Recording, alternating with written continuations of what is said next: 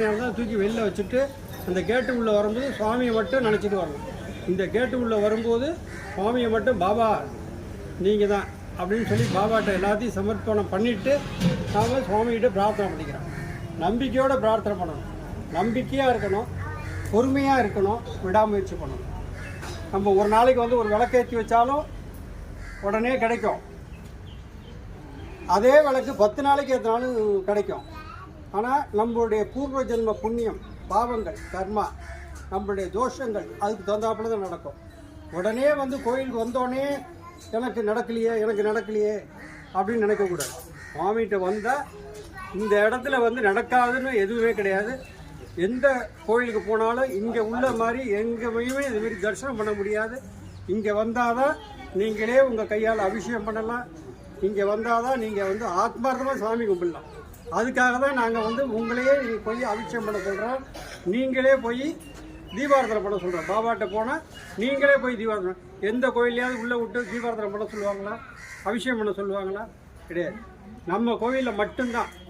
ஏன் அப்படின்னு சொன்னால், நம்ம இறைவன் எங்கே இருக்கா? நம்ம மனசுக்குள்ளே இருக்கா. நீங்கள் உள்ளே அந்த கோயில் உள்ளே போயிட்டீங்கன்னா எல்லாத்தையும் மறந்துடுவீங்க. நீங்கள் உங்களுக்கு என்ன பிரச்சனையாக இருந்தாலும் அது உள்ளே போயிட்டீங்கன்னு வச்சுக்கலாம், எதையும் நான் கேட்கணுங்கிற எண்ணமே வராது. அது உள்ளே போகும்போது நம்மளுக்கு எனக்கு இந்த பிரச்சனை இருக்குது, என்னை காப்பாற்று, எனக்கு அதை சொல்லு, இது அதை விட்டு வெளில வந்துட்டிங்கன்னா தான் அப்போ தான் ஆகா நம்ம பாபாட்ட அதை கேட்கலையே இதை கேட்கலையே நினைப்போம். உள்ளே போகும்போது நம்மளுக்கு எந்த விதமான சிந்தனையும் வராது. அதேபோல் சுவாமிகிட்ட நம்ம ஆத்மார்த்தமாக போகணும். நம்ம இறைவன் நமக்குள்ளே தான் இருக்கா. அதை தெரிஞ்சுக்கிற வரைக்கும் அலைஞ்சிக்கிட்டு தான் இருக்கோம், அலைகிறோம். அலைஞ்சால்தான் நமக்கு நிம்மதி, திருப்தி. கொஞ்ச நாளைக்கு நாம் அந்த பக்குவப்படுறதுக்காக தான் சுவாமி பல ரூபமாக எடுத்திருக்கார். இறைவனே கஷ்டப்பட்டிருக்கார். இறைவனே கஷ்டப்பட்டு தான் முதலார். ஏன்னா ஒவ்வொரு அவதாரத்தினுடைய நோக்கம் நமக்கு போனோன்னே நம்மளுக்கு எல்லாம் கிடைச்சிடாது. நம்ம போனோன்னே எல்லாம் கிடைச்சிடாது. ஒருத்தர் நான் பெரிய மாடி வீடாக இருக்கார், மாடி மேலே மாடி கட்டியிருக்கார். அவருக்கு மட்டும் எப்படி அவ்வளோ வருது, நமக்கு எப்படி ஒன்றுமே கிடைக்க மாட்டேங்குது, நம்ம கஷ்டப்பட்டுட்டு இருக்கோமே அப்படின்னு நினைக்க விட. அவனுடைய வரம், அவன் முன் ஜென்மத்தில் வாங்கி வந்த வரம், அவங்க மூதாதையர்கள், அவங்க பெரியவர்கள் புண்ணியம், அது அவங்களுக்கு கிடச்சிருக்கு. அதுபோல் நாம் இந்த புண்ணியத்தை சேர்த்து வச்சோம்னா அடுத்த பிறவியில் எப்படி பிறக்க போகிறோமோ தெரியாது. அதே போல் இந்த புண்ணியங்கள் நம்ம குழந்தைகளை போய் சேரும், நம்ம பேரம்பேத்திகளை சேரும். இந்த கோவில்களுக்கு செய்கிறதும் அப்படி தான், பசுவுக்கு செய்கிறதும் அப்படி தான், இந்த அன்னதானத்தில் செய்கிறதும் அப்படி தான். அதே போல் ஒவ்வொரு காரியமும் ஒவ்வொரு புண்ணியமும் செய்கிறதுனா நம்ம இப்போ ஒரு தீபம் ஏற்றினாலும் சரி, அது அந்த புண்ணிய கணக்கில் ஏறிடும், அந்த கணக்கில் ஏறும். என்ன, நம்ம எவ்வளோ பாவம் செய்கிறோமோ அந்த பாவத்திலேருந்து ஒரு 1+- என்ன, நம்ம புண்ணியம் செய்யும்போது அது ஒன்றா ப்ளஸ் ஆகிட்டே இருக்கும். அப்போ நம்ம ஆத்மார்த்தமாக சாமி கும்பிடணும், ஆத்மார்த்தமாக நம்ம மனசார பிரார்த்தனை பண்ணணும். சுவாமிகிட்ட மனசார பிரார்த்தனை பண்ணிட்டு அவர் பாதத்தை விழுந்து பாதத்தை பிடிச்சிக்கணும். பாதத்தை பிடிச்சிட்டு இறைவா என்னை காப்பாற்று, எல்லாம் ஒன்று தான், எல்லாம் இறைவனும் எல்லாம் ஒன்று தான். அதே போல் அவங்களுக்கு இன்னும் அடுத்தடுத்த பிறவிக்கு நிறைய காசு சேரும். ஏன்னா நான் அவங்களுக்காக சாபம் விடலை, நல்லா இருக்கணும் தான் நம்ம பிரார்த்தனை பண்ணுறோம். எல்லோரும் நல்லா இருக்கணும் தான் பிரார்த்தனை பண்ணுறோம்.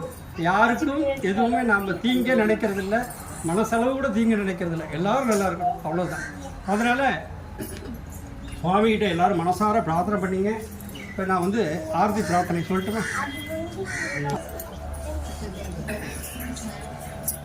இப்போ நான் ஆரத்தி பிரார்த்தனை சொல்கிறேன். எல்லோரும் மனசார பிரார்த்தனை பண்ணிக்கணும். உங்களுக்கு என்ன வேணுமோ அது சுவாமிகிட்ட நான் சொல்கிறத காது மட்டும்தான் கேட்கணும், மனசெல்லாம் எங்கள் சுவாமிகிட்ட இருக்கணும். குழந்தைங்களா கொஞ்ச நேரம் உட்காருங்க. ஓம் சாய்ராம். நம்பிக்கை, பொறுமை. ராஜ பரிபாலன பீட சந்தோஷ் சீரடி சாய் மகாராஜ் திருக்கல் சுவராபுரம். ஆரத்தி பிரார்த்தனை. எனது பக்தர்களை காப்பதற்காக நான் 7 கடல்களையும் தாண்டுவேன், என் உயிரையும் கொடுப்பேன்.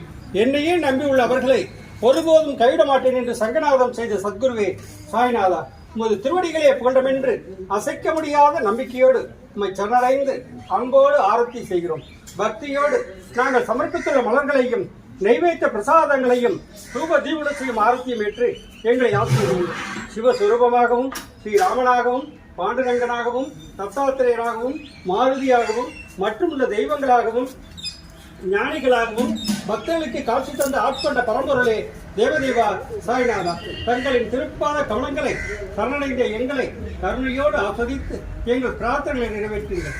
உங்களது அறிவுகளாகி எங்களின் குழந்தைகள் கல்வியில் சேர்ந்து விளங்கவும், நல்ல வேலையில் சேர்ந்து அவர்களின் எதிர்காலம் சிறந்து விளங்கவும், திருமண தடைகள் நீங்கி சிறப்பான மனவாழ்க்கை அமைவும், எங்கள் உடற்பிணிகள் இங்கு நலம் பெறவும், உத்தியோகத்தில் உயர்வும், வழக்குகளில் வெற்றியும், செய்யும் தொழில் சிறப்பும் தந்து, வீடு மனை வாகனம் மற்றும் செல்வங்கள் பெருகிடவும், குழந்தை பெறும் அடியவர்களுக்கு குழந்தை பெறும் தந்து, தனது குடும்பத்திலும் உறவினர்கள் அன்படுத்த கருத்து வேறுபாடுகள் நீங்கி மன ஒற்றுமை ஏற்பட்டு இல்லங்கள் மகிழ்ச்சியால் இணைந்திடவும், உத்தரவாகினியாக தடைபடுகின்ற காவிரியின் தென்கரையில் அமைந்துள்ள ராஜ பரிபாலன பீட சந்தோ சீரடி சாய்மராஜ். ஓம் சாய்ராம். ஓம் சாய்ராம். ஓம் சாய்ராம். ஓம் சாய்ராம். இப்போ சுவாமிகிட்ட மனசார பிரார்த்தனை பண்ணிட்டோம். உங்களுடைய கோரிக்கை அத்தனையும் நடக்கணும். நீங்கள் எந்த ரூபம் வேணாலும் இருங்க, நீங்கள் சிவனா இருங்க, ராமரா இருங்க, பெருமாளா இருங்க, நீங்கள் எப்படி வேணாலும் எந்த அவதாரமாக இருங்க. ஆனால் எங்களுடைய கோரிக்கையை நடத்தி கொடுக்கணும். சுவாமிகிட்ட மனசார பிரார்த்தனை பண்ணிட்டோம். நான் சொன்னதெல்லாம் உங்களுக்காக சொன்னேன், ஒவ்வொருத்துக்காகவும் சொன்னேன். ஏன்னா நீங்களும் சொல்ல முடியாது, தெரியாது. அதனால உங்களுக்காக வேண்டி நான் அடுத்ததாக நம்ம பாபாவுக்கு 504 பால் குடம் வர 12/10, இந்த நாளே இல்லை, கொஞ்ச நாள் தான் இருக்குது. வர 12/10 சனிக்கிழமை அன்னைக்கு சுவாமிக்கு 504 பால் குடம் ரொம்ப சிறப்பாக நடக்க இருக்குது. 504 பால் குடம் காவேரியிலிருந்து எடுத்துகிட்டு வந்து அப்படியே வருஷப்படி வந்து சுவாமிக்கு அபிஷேகம் நடக்குது. உங்கள் கையாலே பாபாவுக்கு அபிஷேகம். இந்த அபிஷேகத்துக்கு இதுக்கெல்லாம் என்ன பண்ணணும் அப்படின்னு கேட்டால், ஒரு டோக்கன் மட்டும் ஒன்று வாங்கிக்கணும். ஒரு 150 ரூபா கொடுத்து ஒரு டோக்கன் வாங்கிட்டீங்கன்னா பால் குடம்லாம் நாங்களே கொடுத்துருவோம். நீங்கள் கழுத்துக்கு மாலையோ அல்லது பூவோ இதை மட்டும்தான் வாங்கிட்டு வரணும். அதாவது பெண்கள்லாம் ஒரு 3 நாள் விரதமாக இருந்தால் போதும். 3 நாள் விரதமாக இருந்தால். ஆனால் மாலை போட்டுக்கணும்னு நினச்சா இங்கே வந்து மாலையும் போட்டுக்கலாம். மணி மாலை இங்கே பாபாட்ட இருக்கும். வந்து மாலை போட்டுக்கணும்னு நினச்சா மாலையும் போட்டுக்கலாம்.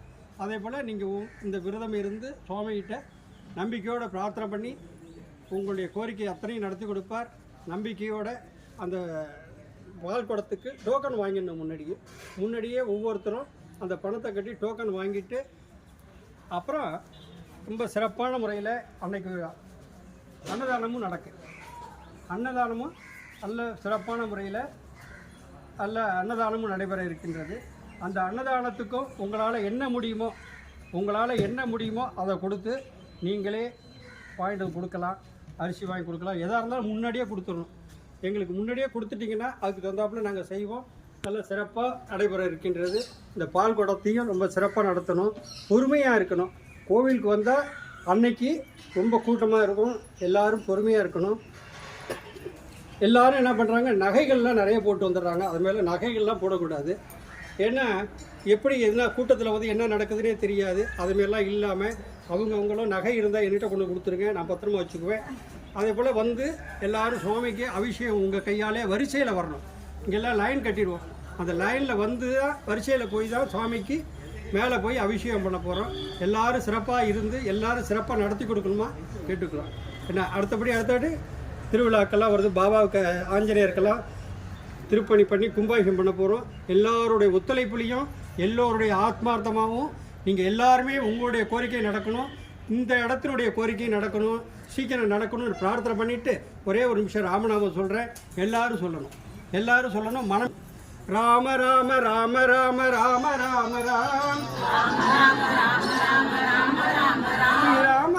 ராம ராம ராம ராம ராம ராம் ராம ராம ராம ராம ராம ராம ராம ராம்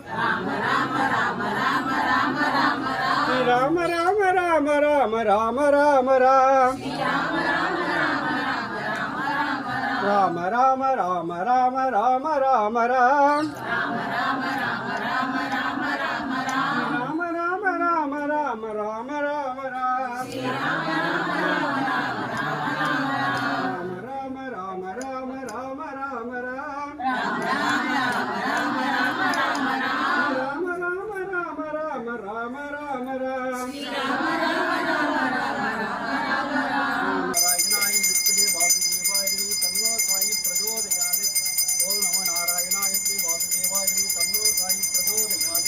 ஓம் சச்சிதானந்தாய தன்னோ சாயி பிரஜோதயாத். ஓம் சச்சிதானந்த